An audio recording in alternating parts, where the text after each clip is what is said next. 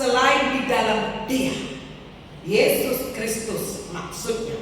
Sebab di bawah kolong langit ini tidak ada nama lain yang diberikan kepada manusia yang olehnya kita dapat diselamatkan. Saudara yang terkasih, sangat jelas, sangat tegas apa yang Allah nyatakan melalui firman-Nya. Keselamatan kita sudah dijamin oleh Yesus, dan tidak ada nama yang diberikan kepada siapapun, kepada apapun di bawah kolong langit ini yang mungkin dia paling kaya, paling hebat, memiliki setengah Indonesia, tetapi keselamatan bukan di dalam dia dan bukan apa yang dia miliki. Ini kata Alkitab. Alangkah sayangnya, akhirnya di dalam perjalanan hidup kita mencari yang tidak kekal. Kita mencoba mendapatkan yang membawa kita kepada kebinasaan. Harta, pangkat, kuasa, kedudukan, kepemilikan, ketidakpuasan akan hidup. Sudah ada 1 mau 2, sudah ada 2 mau 3, ada 4 mau 5. Sehingga kemudian kita menghalalkan segala cara, sehingga kita berani memakan yang bukan bagian kita, mengambil yang bukan bagian kita, hanya untuk status kita, kapasitas kita, hormat diri kita dengan kepemilikan. Hari ini saya tegaskan untuk kita, sehebat apapun saudara, sekaya apapun saudara, atau apapun pangkatmu, apapun kedudukanmu, nasib kita sama di ujung sana, mati. Nasib kita sama di ujung sana, mati. Sebagai pendeta, saya hanya melayani orang-orang yang sudah mati saudara. Saya sudah kubur orang paling kaya di Jakarta. Orang paling kaya loh menurut saya di Jakarta sudah saya kubur. Apapun tak dia bawa pada waktu itu. Betul memang makannya bisa dihitung, harga 200 juta. Betul memang petinya dari jati, harga 50 juta. Hanya itu bagiannya. Tunggu 2-3 tahun lagi, toh membusuk, toh menjadi tanah, toh menjadi makanan ulat-ulat yang ada di tanah. Yang kemudian tergenapilah firman Tuhan, manusia dari debu tanah dan kembali lagi ke debu. Dia nggak bawa apa, nggak bawa apapun. Akhirnya saya merenung, Tuhan, kalau begitu mengapa kami begitu letih, kami begitu capek dalam pencarian yang sifatnya semu, yang sehingga kemudian kita mencegah orang lain demi mendapatkan sesuatu, yang kemudian kita menggeser orang lain demi meraih sesuatu, yang kemudian kita menaikkan diri kita dengan menginjak kepala orang lain. Itu yang terjadi. Dan kalau sudah mati, apapun gak dibawa. Itu pengalaman saya dari pendeta.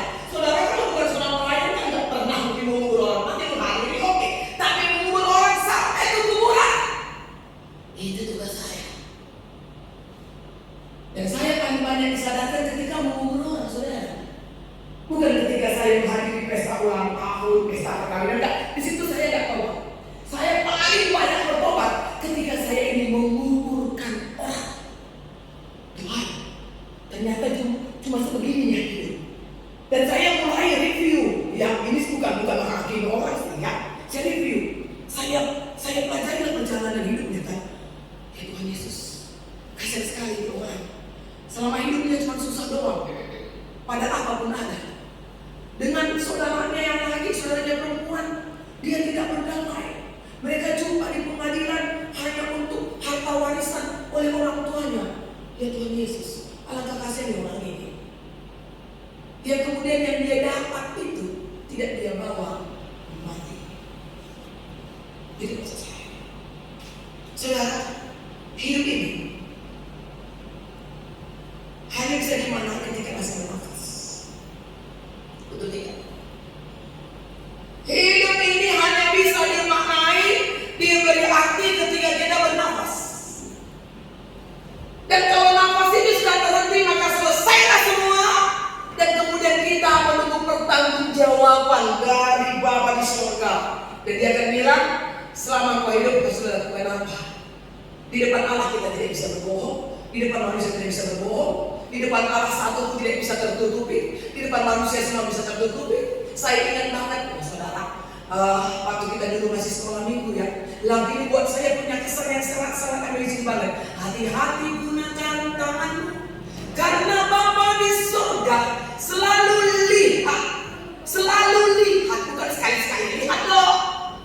Karena Bapa di surga selalu lihat ke bawah. Hati-hati gunakan tanganmu, karena Bapa di surga selalu lihat ke bawah. Hati-hati gunakan matamu, karena Bapa di surga selalu lihat, bukan sekali-sekali lihat, bukan hanya jam 7 sampai jam 10 dia lihat, bukan hanya malam Jumat Kliwon dia melihat, bukan hanya hari Minggu dia lihat, tapi karena Bapa di surga selalu lihat ke bawah. Oh my God, berarti apa? Berarti tidak ada yang bisa saya sembunyikan dalam hidup ini jika di hadapan Allah saya.